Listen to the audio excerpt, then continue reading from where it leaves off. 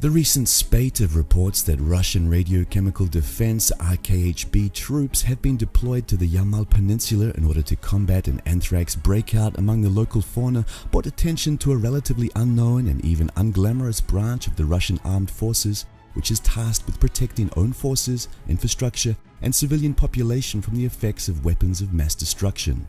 With a history dating back to the Russian Imperial Army's independent chemical companies of World War I and extensive service during the Great Patriotic War as smoke laying and flame-throwing troops, the best known example of RKHB troops in action was the operation to put out the fire at the Chernobyl nuclear power plant, which demonstrated their technical prowess and self-sacrificial dedication to their life-saving mission. Even though the Cold War and the prospect of widespread use of nuclear, biological and chemical weapons have receded in the public's mind, having been replaced by terrorism as the most immediate security threat, the recent deterioration of the international situation means that we are likely to see increased usage of these weapons in the coming decades. The growth and the importance of non-state actors as US and NATO proxy warriors in Libya, Syria and other parts of the world also have meant that such actors, confident in their Western patronage, may use prohibited weapons with legal impunity. We have seen such use on several occasions in Syria, with moderate rebels using nerve agents shipped from the post-Gaddafi Libya and possibly even Saudi Arabia, and more recently resorting to chlorine cylinders. The use of a so-called dirty bomb or radioactivity dispersal device is an ever-present threat lurking in the minds of security planners around the world, including Russia. Finally, given the importance of Russia's agriculture as a pillar of its economy and a component of its national security strategy, the use of pathogens targeting crops and livestock is also a plausible threat that must be countered. While Russian forces or civilians have not yet been explicitly targeted by such weapons, it is a virtual certainty that they will be used if the West's so far unsuccessful hybrid war against Russia continues. With the West growing increasingly desperate to compel Russia to abandon its sovereignty, and given its until recently unthinkable policies such as arming radical Islamists and neo-Nazis, providing them with weapons of mass destruction for use against Russia cannot be ruled out either.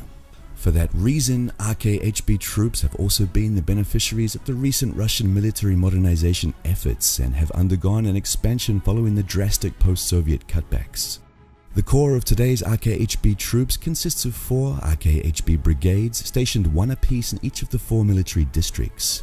The post-2008 financial crisis rise in international threat levels has prompted an expansion by reactivating 10 RKHB regiments, with each army headquarters receiving a regiment. In addition to conducting radiological, chemical and biological reconnaissance and decontamination, RKHB troops retain the traditional roles of smoke laying and flame throwing, which means their armament even includes the TOS-1 Solzhenitsyn rocket self-propelled flame-throwing vehicles that have proven themselves in Syria and Iraq against Islamist militants.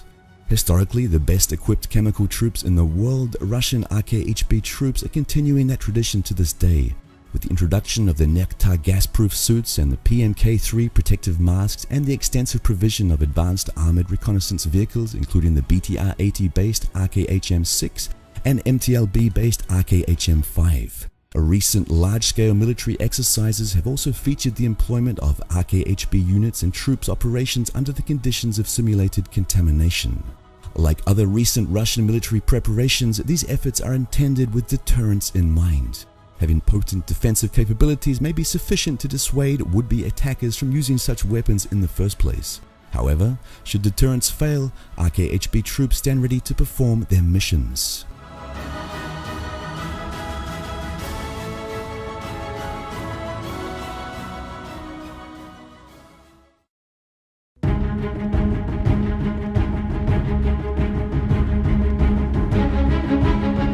There are 2 major unknown questions concerning the breakdown in relations between Turkey and Russia following the ambush of a Russian Su-24 bomber in the skies above Syria.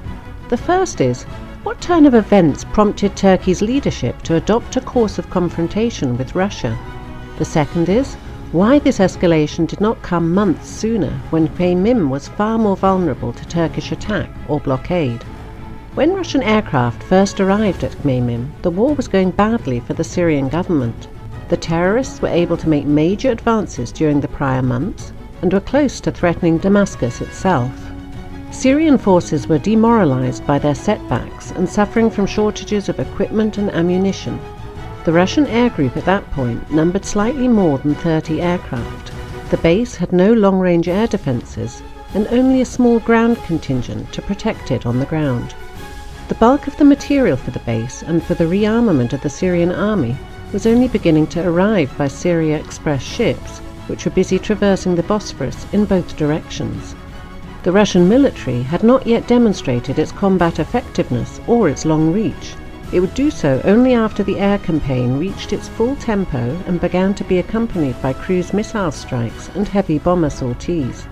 If Erdogan had decided to launch a ground operation in Syria in September or October of 2015, when the situation presented far more tempting opportunities, Turkish forces would have stood a far better chance of influencing the outcome of the war in Syria than they do right now. Several months later, the situation has changed to such an extent that Turkish intervention has almost no chance of scoring a military success. Khmeimim now hosts over 50 aircraft, including Su-27SM, Su-30SM and Su-35S fighters, which can provide effective fighter defence against Turkish incursions. It is also protected by a multi-layered air defence system, which includes the S-400 high-altitude long-range missile system, Buk M2 medium-range weapons, and Panzer S short-range gun missile vehicles, which are capable of shooting down not only aircraft but also cruise missiles and guided bombs. Hostile aircraft would also face a barrage of electronic countermeasures that would significantly degrade their ability to target Khmeimim.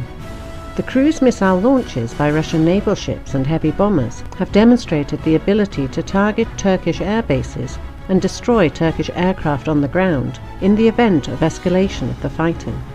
Russian bases in Syria also enjoy protection from the constant presence of a naval task force, which includes a missile cruiser armed with long-range anti-ship and anti-aircraft weapons, several anti-submarine ships, and at least one missile corvette. On the ground, the battalion force of Russian troops is hardly the only ground protection of the Khmeimim base. Russian military assistance, including provision of heavy equipment, munitions and military planners and advisors, has returned the Syrian Arab army to an effective fighting condition. In addition, the Syrian army is no longer the only military force defending Syria. Thanks to Russian diplomatic efforts, several Syrian opposition groups have joined the government forces in their struggle against the extremists. Likewise, the Kurdish units, which in the past waged their own uncoordinated struggle against ISIS, have now been fully incorporated into the Russian-led coalition in return for the Syrian government's political concessions. There is also a sizable Hezbollah and Iranian presence in Syria. Considering that none of these forces are likely to defect to Turkey in the event of a Turkish invasion, and that in some cases they view Turkey as their mortal enemy, the Turkish military is not likely to advance very far before suffering heavy losses at the hands of Syria's defenders. Russian and Syrian long-range weapons now include heavy multiple rocket launchers and Tochka short-range ballistic missiles that would be deadly to Turkish armoured columns advancing through narrow mountain paths under the watchful eyes of Russian drones and long-range surveillance aircraft like the Tu-214 and the Il-20. Even the prospect of the Bosphorus blockade is not as threatening as it once seemed. The Syria Express is now mainly concerned with providing consumables like munitions and spare parts to the forces fighting in Syria. In the event that the Bosphorus were to be blocked, these supplies could be shipped from the Baltic Sea, and in really urgent cases by air, using the traditional Caspian, Iran, Iraq, Syria air route. In the longer term, it is essential that Russian and Syrian forces punch a corridor through ISIS territory and link up with Iraqi forces, and there are indications that once extremists around Aleppo are neutralized, the next major offensive will be launched in the direction of Raqqa. Doing so would not only break the back of ISIS, but also enable the opening of another overland supply route through the Caspian Sea and Iran. The strength of the Russia-led coalition, which seems to have taken all outside observers by surprise, is such that it is probably sufficient to deter Turkish military air or ground assault on Syria. While we do not yet know how this happened, it would appear that Moscow was able to outmaneuver Ankara by placing a highly effective military force right under its nose in Syria and to reverse the course of the war before Ankara was able to react.